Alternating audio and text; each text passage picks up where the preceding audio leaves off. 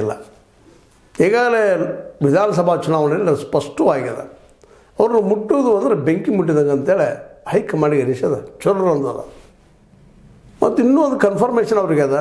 ಲೋಕಸಭಾ ಚುನಾವಣೆಯಲ್ಲೂ ಸಹಿತ ಇನ್ನೂ ಕಡಿಮೆ ಆಗುವಂಥ ಸಂದರ್ಭದಲ್ಲೇ 19 ಸೀಟ್ಗೆ ಇಳಿಸಿದ್ದು ಸಾಲದ ಅಂತ ಅಲ್ಲ. ನಾವು 25 ಇರಲಿ ಎಷ್ಟು ಇರಲಿ 19 ಉಳಿದು ಹೆಚ್ಚಿಂದ ಅನ್ನುವಂಥ ಮಾತು. ಕಾರಣ ಅಂದ್ರೆ ಅಷ್ಟರೊಳಗೆ ಯಡಿಯೂರಪ್ಪನವರು ತಂದಿದ್ದು ಅಂತೇಳಿ ಒಂದು ಪ್ರಬಲವಾದ.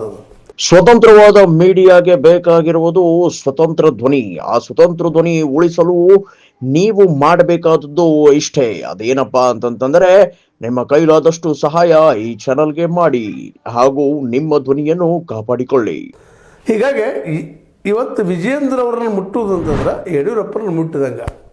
ಮತ್ತು ದಕ್ಷಿಣ ಭಾರತದಲ್ಲಿ ಏನಾದರೂ BJP ಎಂಟ್ರಿ ಹೊಡೆದ್ರೆ ಯಡಿಯೂರಪ್ಪನ ಕಾರಣದಿಂದ ಅದು ಹೇಗೂ ಎಂಟ್ರಿ ಹೊಡೀರಿ, ಕಮಲ ಆಪರೇಷನ್ ಮಾಡಲಿ ಮತ್ತೆಲ್ಲೋ ಮಾಡಲಿ ಸುಳ್ಳೇನಲ್ಲ. ಹೀಗಾಗಿ ಅವರು ಮುಟ್ಟೋದಕ್ಕೆ BJP ಹೈಕಮಾಂಡಿಗೆ ಭಯ. ಸೋಮಣ್ಣ ಹೆಸರು ಕೇಳಿ ಬರ್ತಾ ಇದೆ. ಯತ್ನಾಳನ್ನು ತೆಗೆದುಕೊಳ್ಬೇಕು ಪಾರ್ಟಿಗೆ ಭಾಳ ಕಷ್ಟದ ಕೆಲಸ. ಈಗಾಗಲೇ ಪಾರ್ಟಿ ತೆಗೆದು ಹಾಕಿದ ಅವರನ್ನು. ಇವತ್ತು ಪ್ರಬಲವಾಗಿ ಮಾತಾಡ್ತಾ ಇದ್ದಾರೆ. ವಿಧಾನಸಭೆಯಲ್ಲಿ ಆಗಿರ್ಬೋದು, ಎಲ್ಲೋ ಆಗಿರ್ಬೋದು. ಇವತ್ತು ನಾವು ಧ್ವನಿಯನ್ನು ಏಕಾಂಗಿಯಾಗಿ ಹೋರಾಟ ಮಾಡೋದನ್ನು ನಾವು ನೋಡ್ತಾ ಇದ್ದೀವಿ. ಯತ್ನಾಳನ್ನು ಸಡನ್ನ ಆಗಿ ಮಾತಾಡುವಂಥದ್ದು, ಇನ್ನೊಬ್ರಿಗೆ ಹರ್ಟ್ ಆಗ್ತದಿಲ್ಲ ಅನ್ನೋದು ವಿಚಾರ ಮಾಡೋದು ಮಾತಾಡುವಂಥದ್ದು ಒಂದು ಸ್ವಭಾವ ಇದ್ದರೂ ಸಹ ಅದು ಇವತ್ತು ಜನ ಲೈಕ್ ಮಾಡ್ತಾ ಇದ್ದಾರೆ.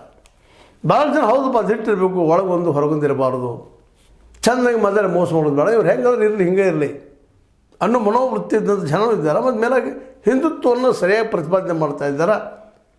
ಮತ್ತು ಹಿಂದುತ್ವ ವಿಚಾರಧಾರೆ ಜನ ಸಮೀಪ ಅದಾರಪ್ಪ ಇವರು ಅನ್ನುವಂಥ ವಾತಾವರಣ ಇವತ್ತು ಬಿಲ್ಡಪ್ ಆಗಲಿಕ್ಕೆ ಅಂತಂದರೆ, ಜೊತೆಗೆ ವಿಧಾನಸಭೆಯಲ್ಲಿ ವಿರೋಧ ಪಕ್ಷದ ನಾಯಕರೊಬ್ಬರೇ ಏನೋ ಹೊಡೆದ್ರೆ ಧ್ವನಿ ಇಲ್ಲ ವಾದ ಮಾಡ್ತಾ ಇದ್ದಾರೆ.